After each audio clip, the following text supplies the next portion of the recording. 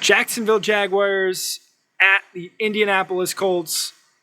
I think the Jags are the favorite to win the South. I don't think there's another team that is really going to compete with them. Of course, they added Calvin Ridley from Atlanta, and we saw him running those routes. Do you remember when they put those out? It showed Christian Kirk running the route, and then it showed Calvin Ridley running the route. The guy looks juiced. I don't know if they drug tested him, but he looks juiced for sure.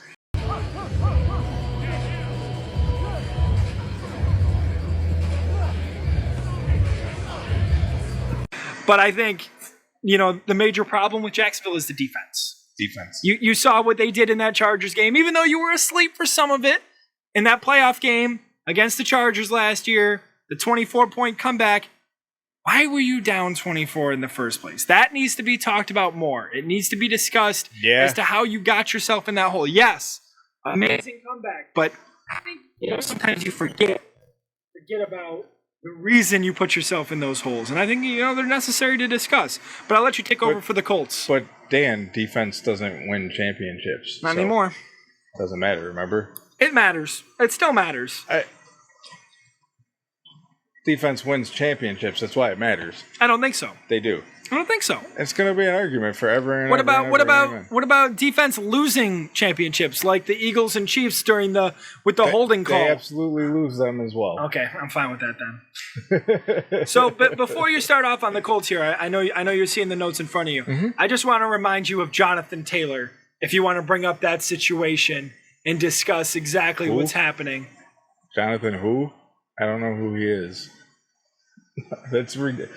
This whole situation is just crazy ridiculous. Why tell a guy you're not going to trade him? Mm-hmm. Tell him not over my dead body. Like he's like you're married to this guy. And then he comes back. Divorce over my dead body. He comes back for one day, and the next day he's excused, and then it says, "Oh, we're open to trading him." They called. A couple of teams called. I need to know I need to have been a fly on that wall. What changed his mind? I don't know. What changed a couple his mind? of the teams called. You know which one of them was? The Green Bay Packers, who already have two good running backs in Aaron Jones and why am I forgetting Quadfather? A.J. Dillon. So does it remind you maybe of a little bit of a Lamar situation? Not many teams calling on him. Is this another owners against players situation? I think it's just it goes to the NFL against running backs situation. I don't think this goes directly against the owners because I think it's an issue. The NFL is collectively the owners. So. I just mean the front offices. I don't exactly mean the owners. I more mean, just the fact that they're not willing to pay these guys anymore. Most of these owners are hands-on, though. Some of them. Most of them, especially Jerry Jones' world. I mean, that guy's so far up the NFL's behind. I don't know where the NFL starts and he begins. So the Colts have a new rookie there, starting at QB. What do you think about Anthony Richardson? Anthony Richardson's. We watched a little bit of that game, and I wasn't super impressed. Preseason. It was preseason. No game plan. Though, not real super game plan, but so. Fair points. I'm excited to see all the rookies play. Yeah. I am a big quarterback guy. Mm-hmm. I've always purchased, quarterback jerseys for the most part for any team that I like. Yeah. Running backs too, obviously. My specialty in Madden. I'm interested in seeing him, but I think that as you got in the notes here, I kind of can't disagree with that at all. That the defense has got a lot of holes. Yeah. And they got to surround Richardson with some more talent yet. Michael Pittman's not going to do it. That's one guy. Please do more. Please. Especially if you're going to trade Jonathan Taylor. And not even just trade him. I think he's going to be up here at the end of the year. So you might not even get anything back from him because you decided not to trade him. I think I had some notes on this one too. He's on the PUP list. He's not playing the first 4 weeks. Yeah, I don't know. Jeff Saturday too. How good of a coach is he really? He really didn't improve over Frank Reich. Yeah. There's a lot of new things going on with the Colts. They're also trying to rebuild. I think I'm taking the Jags in this one for sure. So I just want to check here to confirm that Saturday. Yeah, no. Jeff Saturday is not the head coach anymore in Indianapolis. It is my apologies. It is Shane Steichen. Either way, new coach. Another new coach. But hey, you know where he came from? Where's that? He came from the tree of the Eagles, offensive coordinator of the Eagles for the last 2 years. Okay. So he proved to be successful there. So we'll have to see exactly what he does with the Colts.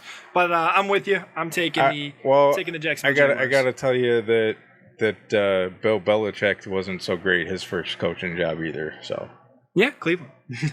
just because he was a good coordinator doesn't mean he translates to good head coach every time. There's a lot of guys who do. A lot of guys who do. I wish nothing but the best for all these guys, but no, not all of them, but most of them.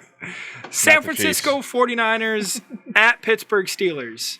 To me, this is one of the more interesting matchups this week. I think, I am a known Steelers hater for multiple reasons. One being my sister being a fan of them. I don't like it. But I really didn't think... I've never been a Steelers hater. I really didn't think that, they were going to do anything this year. And not to say that preseason matters that much, but I've seen a lot from them that I liked. The Pickett to Pickens connection, I think, can be a top 10 duo here in the league. Just the way those guys are playing off of each other is crazy. And Mike Tomlin, he always has a good defense. Always. It doesn't matter. And he'll always finish above 500 no matter what. Still no losing season here in the NFL. I'll let you take over for the 49ers, though. 49ers, of course, still projected to be the top dog in the NFC. Mm-hmm. What's his name? Purdy. Yep. Purdy. That kid, he was last overall pick, right? Yep. Last overall pick. Mr. Irrelevant, and he beat out two other guys. Yep. A guy that one guy who was picked fourth and one guy who was picked second. He was picked 253. Didn't they trade a lot to get him too? So they traded a lot to get Trey Lance, not a lot to get Sam Darnold. Right. Lance. That's what I'm talking about. Mm-hmm. Like 3 first-round picks. Wasn't 3. It was 2. It was at a crazy amount. It might have been. And then traded him for a 4th. Yep. Didn't work out. But the 49ers are so good that it doesn't matter that trade didn't work out because they are still so stacked in terms of skill positions, Mike. You look at Deebo Samuel, Brandon Ayuk at wide receiver. You got the number 2 tight end in football and George Kittle. And then on the defensive side of the ball, just today. I was just going to say, Bosa. Nick Bosa broke the market. 5 years, $172 million, the highest paid defensive player of all time. What do you think about that kind of stuff? I don't... I love when they get paid. I just want to sack the quarterback, dude. It's not as easy as it looks. But sometimes you see these names like Nick Bosa, great player. Does he deserve to be the highest paid defensive player of all time? I don't know. But then who does? Who's on your number 1 list then? If I had to gamble on somebody that's going to break his contract, I'd say Micah Parsons. Parsons? I think he might touch it in terms of that. I think he's gonna outshine Bosa in years to come. We'll see. He's a monster. He's a monster. Bosa comes from favorites. The family tree. You got Joey and I'm Nick. a big defensive end guy too. That's my favorite. I don't know any other young defensive player that I would put up there, but the 49ers are just absolutely stacked everywhere. The defense is top 10. The offense plays well enough because Kyle Shanahan creates these plays that are just, they get people wide open. You could play quarterback for the San Francisco 49ers and make the playoffs, Mike. I'm convinced. I am highly convinced of that as well. We talked a lot about that last year too. We did. But we talked about that off the air. Off the air, of course. Well, it was. We weren't on the air. We just started back in April. Remember? Yeah. Both of our birthday month. Yeah. Interesting fact there for people. Yeah. There's a little Easter egg for all you folks watching. I'm kind of torn on this matchup because I think the Steelers match up pretty well, but I'm gonna take San Francisco, even though they're the away team in this matchup. Give me the 49ers. I think the coaching in this matchup is really compelling to me. Because it's one of the greatest offensive minds versus one of the greatest defensive minds. I was just gonna say, you know what? I think you're right in a coin flip game here. and I'm gonna flip it to the Steelers because of that defense.